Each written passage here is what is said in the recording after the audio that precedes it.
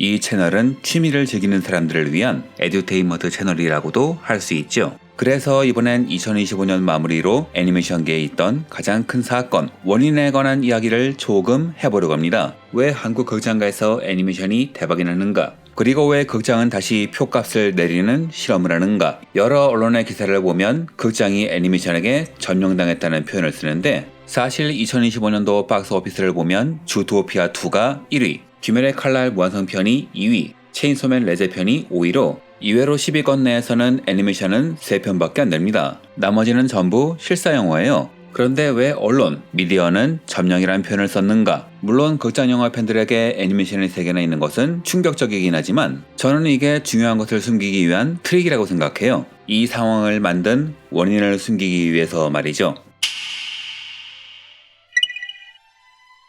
사실 한국에서 애니메이션의 위상은 높지 않습니다. 픽사나 디즈니의 작품이란 모를까? 애니메이션이 크게 히트한 경우는 헐리우드 영화 중에서는 겨울왕국, 토이스토리, 일본 영화 중에서는 너의 이름은과 센과 치로의 행방불명뿐이고, 그 외엔 짱구나 명탐정 코난이 60만에서 70만 관객을 동원했지만 100만에서 1000만을 바라보던 한국 영화 입장에선 미미한 수준이고, 이 수치는 아이들을 데리고 온 부모라는 허수가 있으니 이렇게 애니메이션이 박스오피스 10위 중에 3편이나 들어간 것은 극장 입장에선 정말 이외의 사건일 겁니다. 기성세대는 애니메이션을 어린이 문화로 보지만 사실 냉정히 따져보면 그건 수십 년 전 이야기예요. 일본 애니메이션도 덕후 중심의 작품이라 모를까? 지브리, 신카이 마코토의 작품은 상당히 대중적이죠. 그리고 귀멸의 칼날, 체인소맨 같은 작품은 수많은 대중을 공략해서 극장 수익을 최대화하기 위해서 기술자들이 막대한 자본을 들여서 만든 작품이에요. 일반 실사 영화를 폄훼하는 것은 아니고 들어간 비용과 기술적 완성도는 영화에 비해 결코 낮지 않을 겁니다. 다만 아무리 자본을 많이 들였고 완성도가 높다고 해도 문화가 갑자기 바뀌기는 힘들죠. 즉 애니메이션이 갑자기 극장가의 중심에 들어선 데는 그 나름의 사정이 있을 겁니다.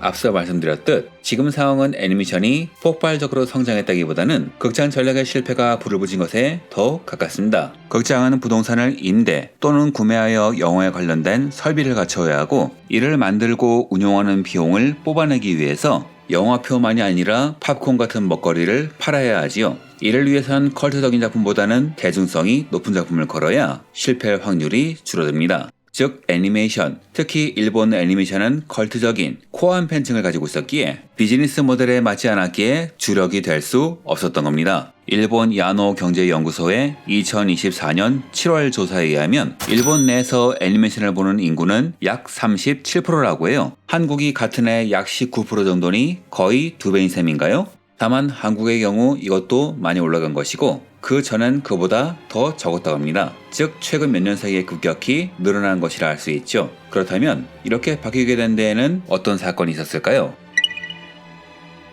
2020년 코로나 팬데믹이 생기면서 사람들은 밖에 나가지 못해서 집에 갇혀 있어야 했습니다. 자연히 모든 여가를 집에서 즐기는 문화가 생겼고 OTT 시장이 급성장하게 되었는데요. 이때 재미있는 현상이 벌어졌습니다. 넷플릭스의 통계에서 한국인의 애니메이션 시청이 늘어난 것이 포착된 것이죠. 당시 일본에선 귀멸의 칼날 무한열차편이 개봉했는데 이게 일본에서 최고의 흥행을 기록한 센과 치로의 행방불명을 제치면서 한국에서 화제가 되었고, 마침 넷플릭스의 귀멸의 칼날 TV판이 공개되면서 나가서 할 것도 없겠다, 얼마나 대단한지 볼까? 하고 봤다가 팬이 된 사람이 늘어난 겁니다. 그리고 이렇게 발을 들인 사람에게 OTT가 알고리즘을 바탕으로 이것저것 밀어주면서 애니메이션 팬층이 일거에 늘어난 겁니다. 즉 사람들을 가둬놓고 강제로 애니메이션을 보게 한 거죠. 사실 제 주변의 영화광들은 애니메이션을 보지 않는 경우가 의외로 많습니다. 하지만 이런 사람들이 팬데믹을 계기로 맛을 들인 이후 나중에 더 퍼스트 슬램덩크가 개봉하자 만화를 오랫동안 보지 않던 사람들도 다시 뛰어들면서 애니메이션,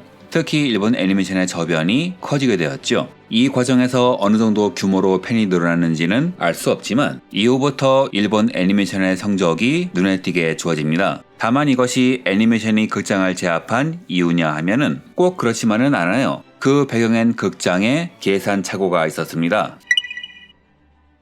코로나 팬데믹이라는 사건은 극장의 영업을 사실상 막는 사건이었죠. 극장은 사람들이 떠나는 것을 막기 위해서 정말 많이 노력했습니다.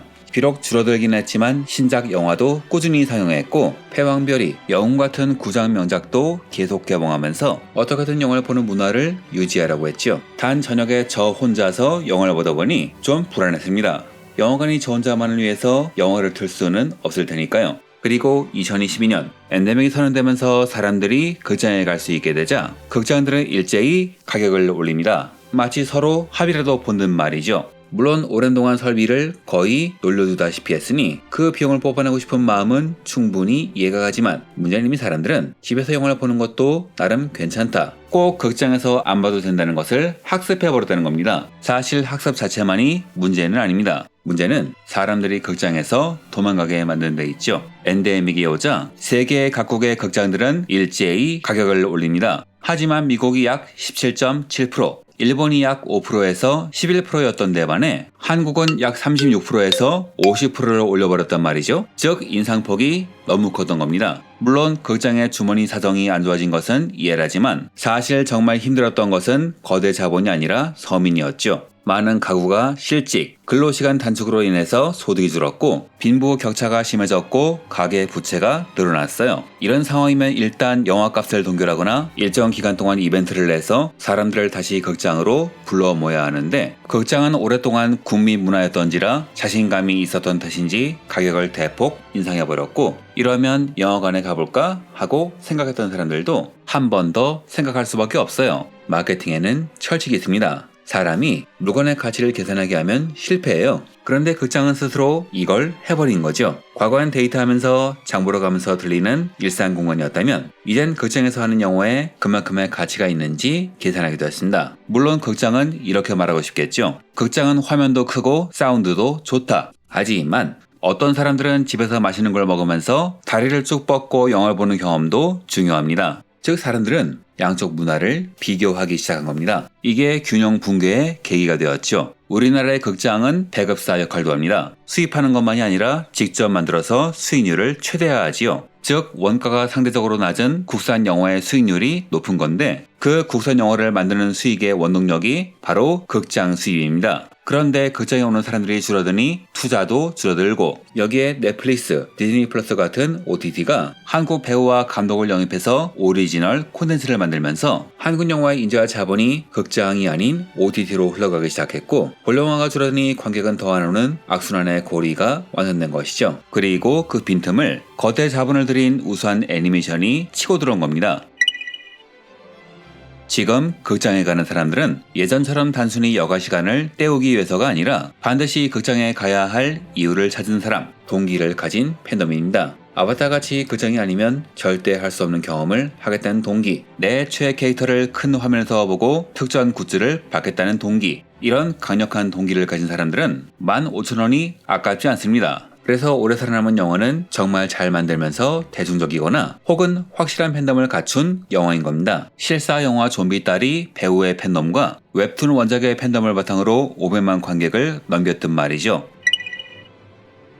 정리하자면 애니메이션은 코로나 팬데믹을 통해 대중에 가까워졌습니다. 반면 극장은 엔데믹 이후 멀어져 버렸죠. 이 교집합이 애니메이션 관객이 돋보이는 이유가 되었고 현재는 확실한 동기, 팬인 사람만이 극장에 가는 상황이 되었죠. 이런 상황이라면 제작사, 배급사는 기존에 만들던 수많은 대중의 감성을 자극하는 영화만이 아니라 마니아가 만족하는 작품도 같이 만들어야 합니다. 그들의 구매력이 더 높으니까요. 다시 말해 한국 영화로 수익을 내고 싶으면 두터운 팬층에게 동기를 유발하는 한국 영화를 만들어야 하는데 그런 영화를 잘 만드는 것도 어려울 뿐더러 만들어도 좀처럼 흥행하지 않는 문제가 있죠. 즉 극장은 영화를 기획하는 것을 넘어 팬층까지 개척해야 하는 문제를 떠안는 겁니다. 즉 초창기 멀티플렉스 사업을 시작할 때처럼 고객층 만들기부터 다시 하는 상황이 된 것이죠. 현재 극장도 자신의 실수를 깨달은 듯해요. 최근에 롯데시네마가 일부 지역의 특정 시간대에 가격을 내리면 다시 사람들이 돌아올지 실험을 하고 있습니다. 이 시도가 성공해서 다시 극장가가 활기를 띈다면 다시 영화에 투자하는 식으로 처음부터 다시 시작하려는 것이겠죠.